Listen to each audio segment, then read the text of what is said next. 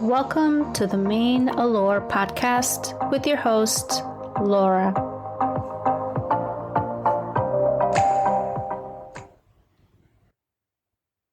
In today's episode, we're going to talk about the elephant in the room.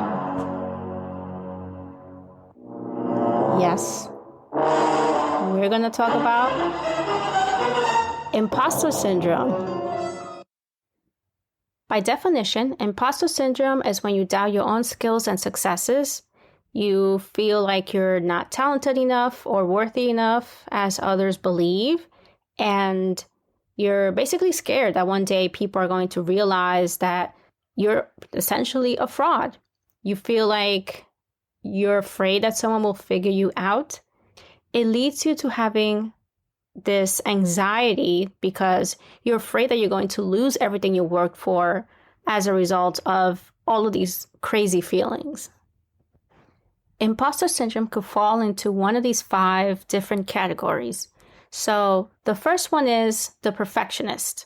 And now this is the type where you set these standards that are extremely high for yourself. You feel like you must do everything perfectly. You end up working and overworking on perhaps the same task until you feel it's absolutely perfect, which ends up leaving you working on the same thing over and over, and you never move on into something else.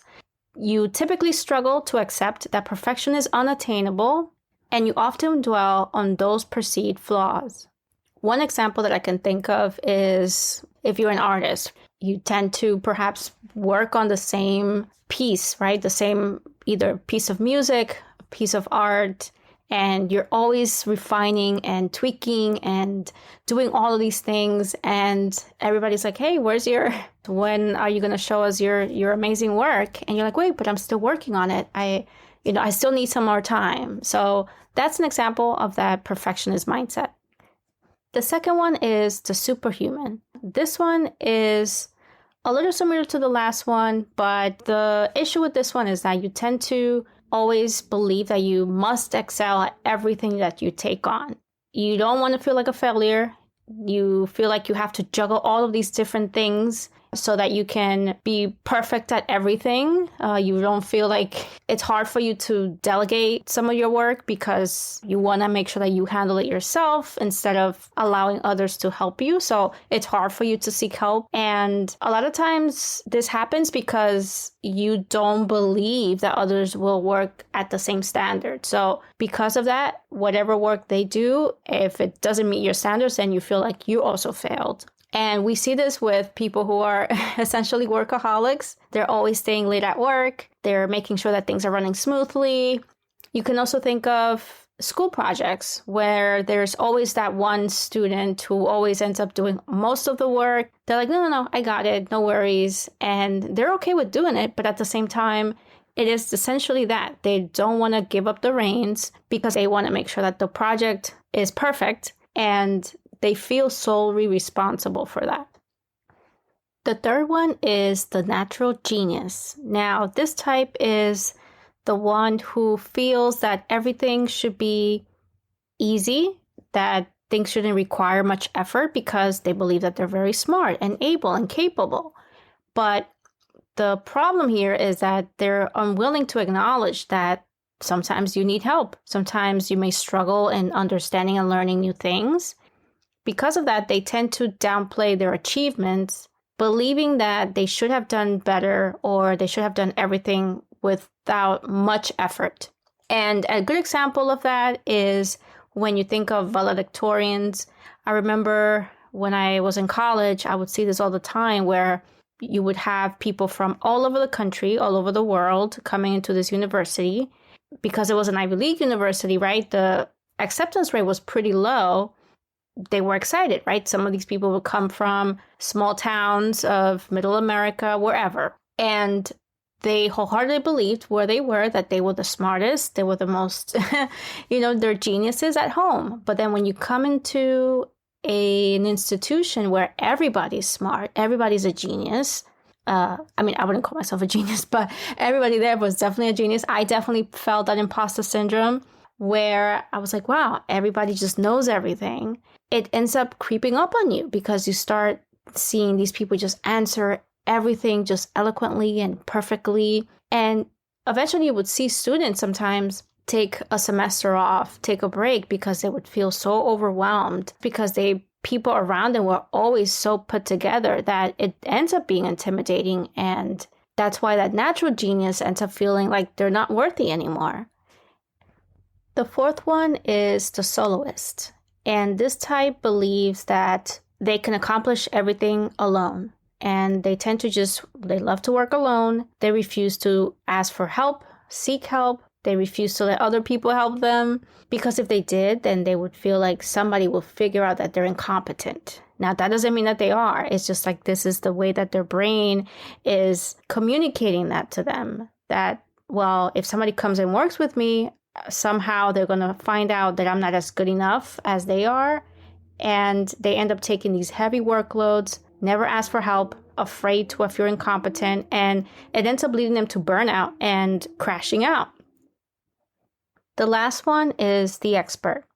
And this type expects to know everything and feels ashamed if they don't. They may over-prepare and be hesitant to speak up in meetings out of fear that they will be exposed of not knowing enough. So they tend to just sit in the back, not speak. They're there, they're present, but their presence is not really felt because they're just so afraid to say the wrong thing or act in the wrong way. So the expert is always holding themselves back because they're afraid, again, that people are going to believe that they're not really an expert as they believe. Now, imagine that you're a new college graduate and you go through a bunch of interviews and eventually you're hired by one of your favorite companies. You're nervous yet excited at the same time, but these thoughts start running through your head, wondering, how did this company decide to hire me? You see the salary that they offer you, and now you're really excited, but yet even more nervous because it's more money than you've ever made as a college student. You don't want to mess this up. On your first day, you arrive early, you greet everyone, everybody greets you, your boss, your team, and you notice that everyone is just so comfortable in doing their work, and you have a million questions already, which is normal because, again, you just started. These questions feel like a burden to you. You don't want to ruffle any feathers, so you're afraid to ask out of fear that they may find you stupid or that they think these are stupid questions. You don't want to come off as incompetent, and especially not on your first week, even your first month. So you keep it to yourself and you try to figure things out alone. Your coworker asks time and time again if you need help, but nope, you're totally fine.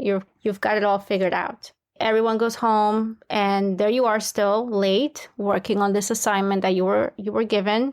Eventually this becomes a pattern. Now you're wondering if you're even cut out for this job. You're stressing out. You're spending most of your free time trying to stay ahead so that you don't fall behind.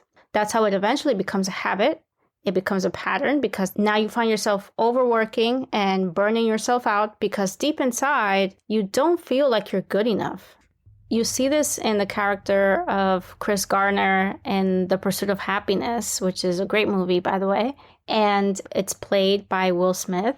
And in the movie, you see it, how he's struggling, right? They gave him this opportunity and he's trying time and time again to prove himself, to show that he's capable and that he belongs there. There was a point even when his boss asked him for $5 to take a cab. I don't know if you guys remember that. And he was homeless. He had no money. He had no way of feeding himself and his son. And he still went ahead and gave him the last $5 that he had. That's an example of how much he was willing to do, right? Always trying to prove himself, always trying to show that he was good enough to be there. Even though he was an amazing employee, he still tried to go above and beyond than what his duties were, just so that he could prove that he belonged there. And the truth is that he was more than enough. With imposter syndrome, you're experiencing these thoughts because you're elevating into a new level, into a new experience to excel in. You're shedding what keeps you comfortable. So let it excite you. Don't look at it as fear. Think of it as excitement for what is to come.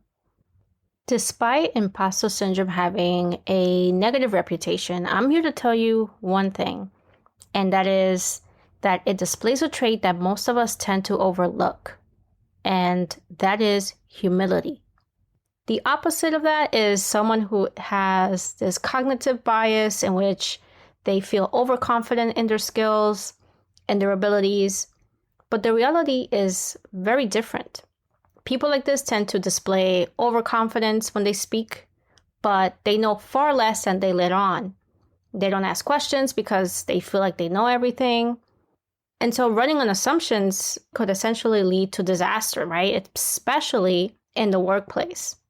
I guarantee you that most people you work with would rather work with someone who has imposter syndrome because people like this are teachable. They're willing to learn. They have a growth mindset because they want to become better. They're not boasting about how much they know or that they know it all.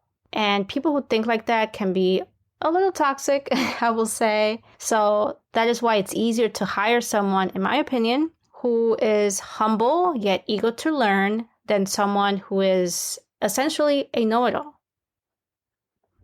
If you're thinking to yourself, well, I think I have imposter syndrome. What should I do? Well, the first step is to admit that you have it. Fear is the biggest scam within your psyche. And your success and growth is on the other side of it. So don't let doubt confuse fear with unworthiness. You are more than capable of becoming who you've always meant to be. Take the first step, and the road to your goals and dreams will become clear. Don't be afraid to admit that you feel insecure, that you feel unworthy. And being aware of it will help you recognize when it creeps up on you. So recognizing it will make you better equipped to deal with it in the long term. Because the truth is, it never goes away. You're always going to find yourself in situations and in places and even relationships where you're always going to feel some type of imposter syndrome. So the best thing to do is recognize it, admit it, and find ways to mitigate those feelings. The first thing I will tell you is to tell that inner voice to shut up. Literally. Our brains are sometimes our enemy. It will tend to want to change our minds, almost always in a negative way. And removing those doubts and recognizing that your brain is having a power struggle with you is when you can take your power back and say, wait a minute, I am stronger than this. You're not going to dictate how I think. I got this. So don't let it win you over. Don't let it win. Take control of your thoughts and keep it moving. And a good way to do that is to replace those negative thoughts with positive ones. Celebrate your wins. Remind yourself of everything you have achieved, because obviously you're not starting from day one. You've achieved so much before that. So remember all of the things you have achieved before you reach that point. And imposter syndrome is the opposite of having a hype man. It pushes you to believe that you don't deserve recognition nor applause. It is that voice within that wants you stuck because growth is scary. But the beauty of growth is knowing that you have the power to reach whatever goals you set your sights on. Only you have the power to change your future. So make sure you celebrate your wins.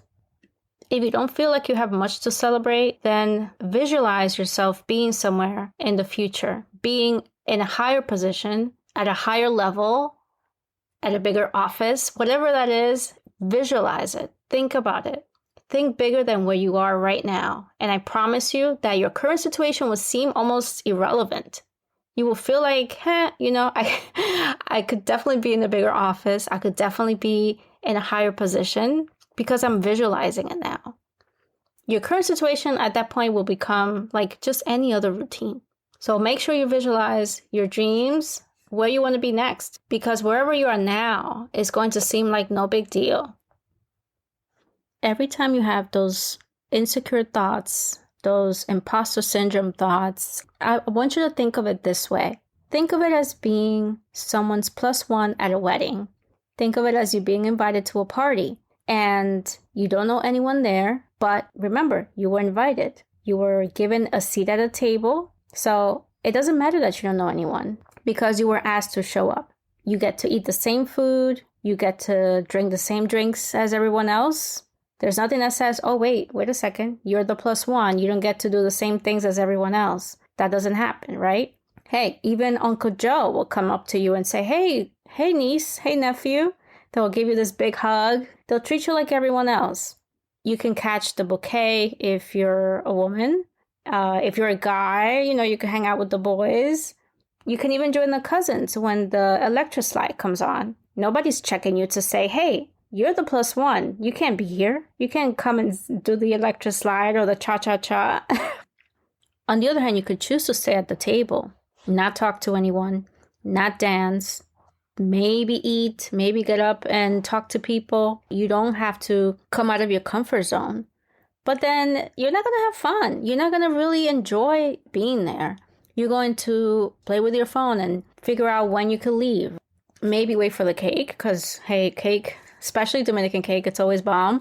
But what I'm trying to say is that there is no set rule to how you can show up. The point is that you were invited. You were given a seat at the table. And if you were given a seat at the table, that means that people believe in you. People trust you. People believe in your expertise, in your knowledge, in your skills.